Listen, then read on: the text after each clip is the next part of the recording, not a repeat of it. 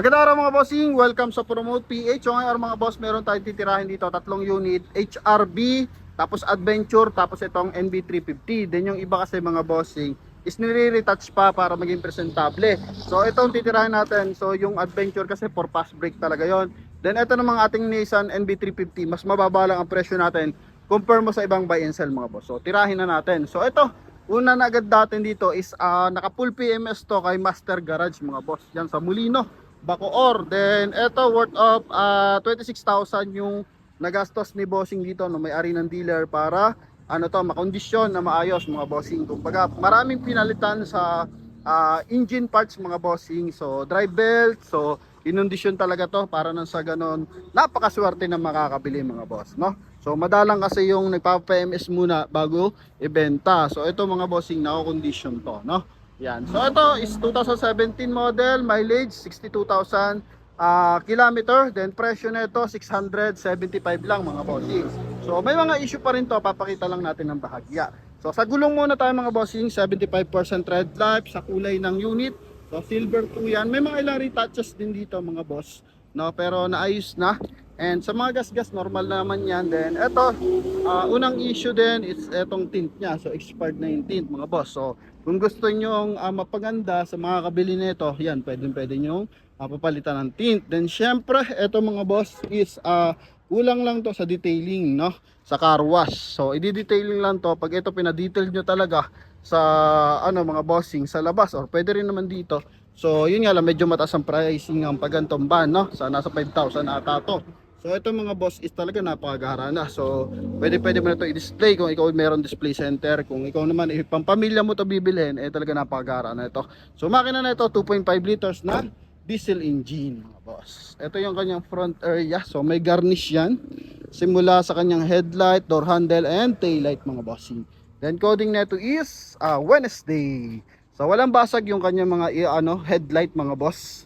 Presentable, ganun din yung ating windshield mga bossing. Yan, so eto, so ayos naman ang mga pintura mga boss. Eto kabilang side, tingnan natin. Okay. Yan, so eto, presentable yung upuan sa driver side tsaka passenger side sa front area. And eto mga bossing, tinanggal lang yung garnish dito, yung ganito mga boss. Dito, kaya may bakat siya. Okay, so ito lang yung kanyang interior. So responsive yung kanyang pintuan. Then ito yung kanyang pintuan. So issue natin dito, kulang na isang upuan, no? Yan, kulang isang upuan. Dapat apat na layer to mga bossing. So tatlo lang. So possible ginamit to sa mga Lazada, Transportify, ganun yan mga boss. Kaya pati tint nagasgasan mga boss, no? So yun lang naman ang issue niyan. Then sisilipin din natin sa loob. Sa aircon, good ang aircon nito mga boss. Yan. So wala tayong masasabi dito. Okay, so ito naman sa likuran mga bossing. Pwede nyo i-verify yan kay Master Garage mga boss kung talaga pina-PMS. So meron mga resibo dito. Once pala na pinuntahan nyo, so pwede pakita sa inyo yung resibo mga bossing ng pinagbayaran na naka full PMS, no? Yan, then may reverse parking sensor mga bossing, no? Yan, then eto, yan nga yung isang upuan. Eto, okay, so hindi na nakabit ng dating may-ari. Yun lang naman ang issue dito mga boss. Then presyo, kung pasok sa inyo 675, pwede nyo na ito makuha mga boss. So yun lamang mga bossing. Then next unit tayo. So walang issue ng bangga to mga boss, no? Klarado po yung ating unit na NB350 2017 model, 675. So mga naghahanap ng van, ito recommended natin to, NB350. Then next unit natin, ito isa po itong Adventure na for fast break to. Hihimasin pa lang to mga boss, no? So ito yung tawag nating hihimasin pa lang. So para sa mga direct buyers, so ito mababang presyo lang din ibibigay natin, mga tropang buy and sell. So ito is 2015 model, then mileage nito 81,000 km. GLS Sport to mga boss, no? GLS Sport. So ito yung top of the line ng Mitsubishi Adventure. May reverse parking camera yan, nakatuto na white. So may dent ng bahagya dito, tsaka dito. Yan. Then sa kanya naman sidings, door panel. So kailangan lang i-bapping mga boss, no? Yan. Then ito may gas-gas yung mga side mirror. Then ito is ang presyo lang nito is 315. So 315 lang to mga boss. 2015 model. Hindi lang kasama yung gulong. No, hindi lang kasama yung gulong nito mga bossing. No, good for 9 to 10 seater to mga boss. Kasama yung seat cover, ito yung kanyang interior. Yan. So, kararating lang din ito. Naka 2D audio system yan. May audio control sa kanyang steering wheel. Yan mga boss. No? Sa gulong naman, 75% red light pa din to. Makapal pa. Ito naman sa front area. So, naka-smoke lens. Yung kanyang, front area. Yung kanyang headlight. Yan. Pinalitan lang ng kanyang front grille. Then, sa kanyang hood mga boss. Ito, medyo faded lang. Okay, possible to mga ganito. So wala siyang parking kaya ganyan mga boss. Yan. So maandar to mga boss, inatras ko nga ng bahagya kasi maraming naiputan siya dito mga boss, no? 315 mga bossing sa mga buyers natin interesado. Eto, pwede niyo to makuha mga boss.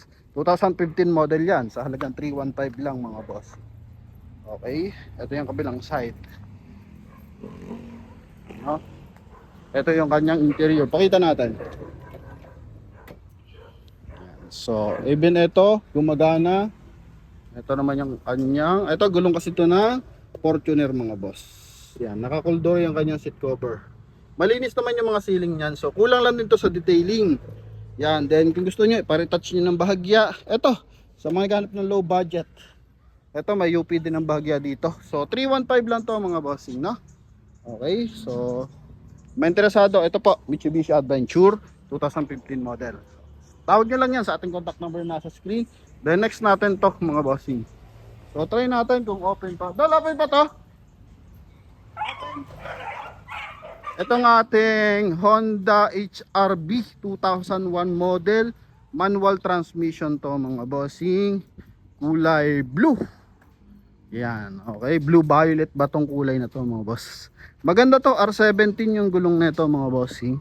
Then 85% red light, almost bago lahat ng gulong, naka road condition na rin to. So na test drive na to kanina.